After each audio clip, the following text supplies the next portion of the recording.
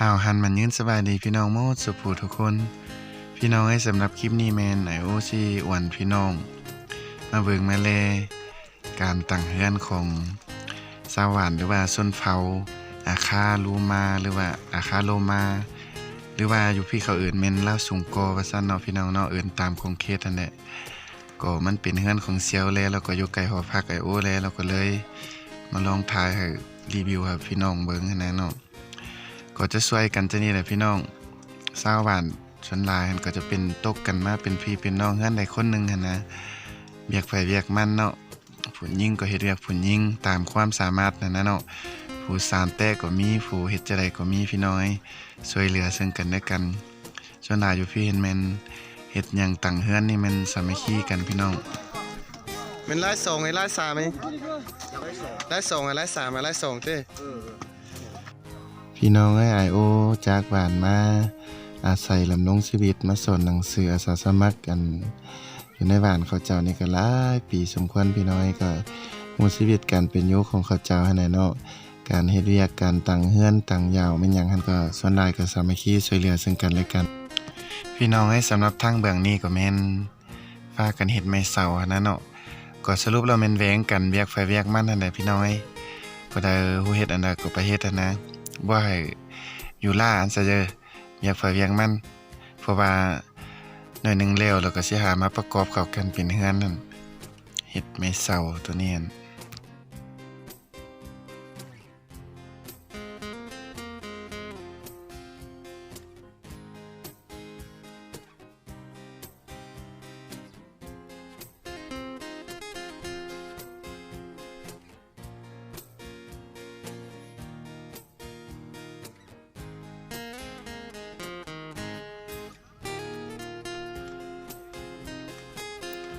เดี๋ยวนี้ก็ปรับหน้าดินนั่นก็ใกล้ๆสิแล้วล่ะพี่น้อยผู้โคนก็มีผู้จกก็มีผู้ซานแต่ก็มีคือว่าหั่นแหละผู้ใดเวียกไปเวียกมันแล้วก็สำเร็จแล้วก็ค่อยมาประกอบบ่ยากก็ตั้งเฮือนอยู่พี่น่ะพี่น้องมื้อนึงก็แล้วตอนค่ำได้อยู่แล้วแหละ สะโอนเขาช่วยเหลือกันนั่นแหละเนาะปุ๊บปั๊บหน่อยนึงแล้วว่าแบบว่าเคยอยู่ๆแล้วเห็นตั้งเฮือนนั่นความใบพี่น้องอยู่พี่นะอันมือนึงก็แล้วเลยนะนี่ผู้นี้แหละพี่น้องผัวเมียนี่แหละเป็นเซี่ยวเลยแล้วก็อยู่ใกล้หอพักแล้วก็พอดีบ่มีสมองก็เลยแล่นมาเบิ่งเขาเจ้าแล้วก็มาถ่ายตั้งเฮือนนั่นนะไอ้จูนี่ก็สานแต่ก็สิไหลเปียงนึงนะพี่น้อยจุจกก็จกจุคนก็คนไปตามนั้นนั่นแหละอันนี้ก็เป็นฮักแม่นผัวเมียหนึ่งว่าซั่นพี่น้องเขาสิตั้งเฮือนแต่อันนี้มันเขาหาก็มาเฮ็ดฝาไม้เนาะสิเฮ็ดฝาเฮือนนั่นน่ะเนาะเด็กน้อยก็ผิงไฟช่วงนี้ก็อากาศหนาวพี่น้องลมเย็นซอยๆอยู่ไปเห็นตาเว้นนี่เกือบเป็นฮอดอาทิตย์แล้วพี่น้องเป็นน้ำหมอกกลุ่มอยู่จังนี้ตลอดหนาวเย็นฟ้าลมอยู่อันนี้ก็เป็นขอบเขตนั่นแหละหอพักนักเรียนแถวนี้แหละพี่น้องในห้องเรียนก็เห็นหลังคาหั่นแหละเดี๋ยวนี้ก็ไหว้ปานคิดว่าพี่น้อยเดี๋ยวนี้หั่นตั้งเสาขึ้นแล้วเบื้องละ4เสาเป็น3ห้องพี่น้อยปัญญาเขาตั้งเฮือนหน่อยนึงก็สิแล้วแหละสารแตกแล้วไปจำนวนนึงละเบิ่งเขาหันเห็นอยู่หันเฮ็ดหันความแล้วไว้พี่น้อยหาคักไปแนวนึงมาช่วยเหลือกันนะ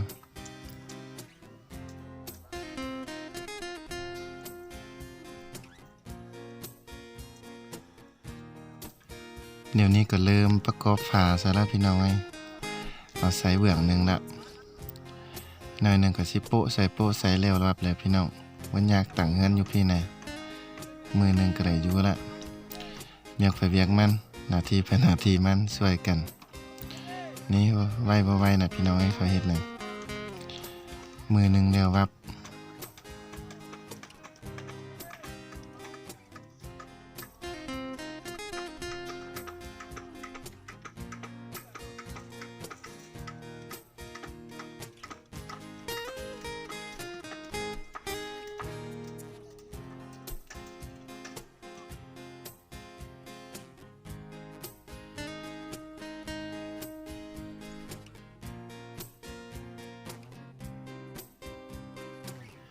พี่น้อยหลังจากพากันเฮ็ด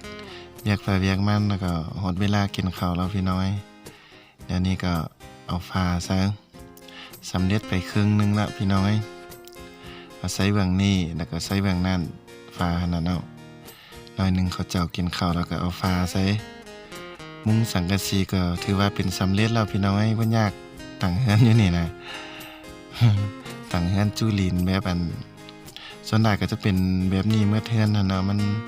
ตั้งจูลินแบบนี้เป็นสไตล์ส้นเฝ้าเขาเจ้าหั่นนะเนาะจะเป็นแบบนี้สไตล์ส้นเฝ้าเขาเจ้าหั่นน่ะจะเป็นแบบนี้หั่นแหละตั้งเฮือนจูลินบ่แม่นเฮือนห่างเนาะถ้าเป็นเฮือนห่างนี่มันส่วนใหญ่มันเป็นฟ้าโล่มแล้วก็บ่ค่อยตั้งก็เลยตั้งแบบนี้พี่น้องเดี๋ยวนี้ก็ค่อยค่ำยามแดงเข้ามาแล้วก็ใกล้ๆจะสำเร็จแล้วพี่น้องไอโอก็ไปโรงเรียนแล้วก็เรียนไปเรียนมาอยู่ไปโรงเรียนขึ้นห้องน้อยนึงแล้วก็ฮอดโมงเลิกมาเบิ่งหั่นใส่สังกะสีกับสิแล้วพี่น้องแล้วเบื้องนึงแล้วหลานนึงแล้วนี่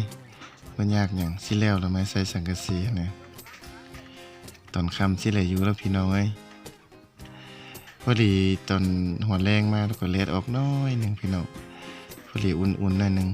ตอนเช้าน้ำมอกกลุ่มอยู่มันจะเป็นฟ้าลมเย็นหนาวอยู่พี่น้องนะอากาศอยู่พี่นะสดชื่นแจ่มใสดีโอ้แต่ยามหนาวก็หนาวไว้ดีพี่น้องนี่ผู้เฮ็ดจะได้ก็มีพี่น้องไก่สิไหลอยู่ละหน่อยนึงก็สิไหลอยู่ละใส่เบื้องนี้แล้วก็เอาผ้าใส่เรียบร้อยแล้วพี่น้องตั้งเฮือนนะแบบง่ายๆพออยู่พบไปหั่นนะพี่น้องมือหนึ่งฟานไปไว้ปานขี้ตัวเดี๋ยวนี้หันการตั้งเฮือนก็เรียบร้อยแล้วพี่น้องช่วยกันไปสว่านพี่น้องมาช่วยเหลือกันหั่นมือหนึ่งสำเร็จพี่น้องนี่เรียบร้อยอนามัยเรียบร้อยพี่น้องตอนเช้ามากก็อากาศจะเป็นอย่างนี้แหละเรียบร้อยแล้วพี่น้องแล้วเลยอันนี้ค่ะหลานนึงมั้งเดี๋ยวนี้เขาก็ขุดออกให้มันกว้างอันนั้นเนาะพี่น้องมาช่วยให้มันพอตั้งอันนั้นแล้วก็เดี๋ยวนี้เนี่ยละสิดีสวยงามแล้วเขาเฮ็ดเอาอีกกันนะพี่น้องมาพี่น้องเขาเข้าไปเบิ่งในนำกันว่าจะมีเป็นหยังจะเป็นแนวไหนนะพี่น้องอนุญาตเด้อเจ้าของเด้อ เข้ามาก็จะเป็นห้องเนาะเฮ็ดเป็น2ห้องอันมีฝาออกมันเป็นพ่อแม่นอนแล้วก็ห้องอันนั้นมันมีพี่น้องมายามบ่หรือว่าลูกใหญ่มาแล้วก็สิได้นอนตามนั้นก็จะเป็นแบบนี้แหละพี่น้องสไตล์เดียวแบบนี้ส่วนหลายเป็นแบบนี้พี่น้องอาศัยอยู่แบบนี้หั่นแหละแบบบ่มีพัดตางเลยนะเนาะส่วนหลายมันเป็นฟ้าโล่มตลอดหั่นก็เลยไปใส่พัดตางมี2ประตูก็กินก็อยู่นี่นอนก็อยู่นี่แล้วก็แม่นหยังก็เฮ็ดอยู่นี่หั่นแหละจะเป็นแบบนี้ส่วนหลายพี่น้องเข้ามาเบิ่งออกมาแล้วเข้าไปเบิ่งอีกเทื่อนึง อันนี้แหละเป็นห้องอันถ้ามีลูกชายหรือว่าลูกสาวใหญ่มากก็จะได้นอนนี่แหละพี่น้องทีนี้ห้องครึ่งอันพาออกมันพ่อแม่พี่น้องพ่อแม่นอนตัวนี้ก็เป็นบ่อนคือไว้เครื่องกินไว้แม่นหยังนั่นแหละก็ปุกกระป๋องตามมีตามเกิดหั่นแหละพี่น้อง นี่มื้อนี้มีเวียกแล้วหนาวแล้วก็พากันผิงไฟแถวนั้นก็แม่นบ่อนไหว้ข้าวสารข้าวมันหยังหั่นแหละพี่น้องมีล้างเบียร์แล้วพี่น้องใส่น้ำมันเป็นในวันหลังฟื้นหลังไฟแตงกินก็จะประมาณนี้แหละแบบง่ายๆอาศัยแบบง่ายๆตามมีตามเกิดพอมีพออยู่พอกินก็อยู่ไปพี่น้องสำหรับคลิปรีวิวการตั้งเฮือนของเสียวของพี่น้องพ่อแม่ประชาชนเนาะชาวบ้านดาวเร็วบ้านไอโอมาสอนหนังสือนะเนาะชนเผ่าอาคาโลมาหรือว่าโลมาหรือว่าเขาอื่นสันๆเนาะเราส่งกอนะก็ขอจบเพียงเท่านี้เด้อพี่น้องเนาะผิดพลาดประการใดก็ขอโทษขออภัยมาในนาทีนี้ห่าวหันสุขดีพี่น้อง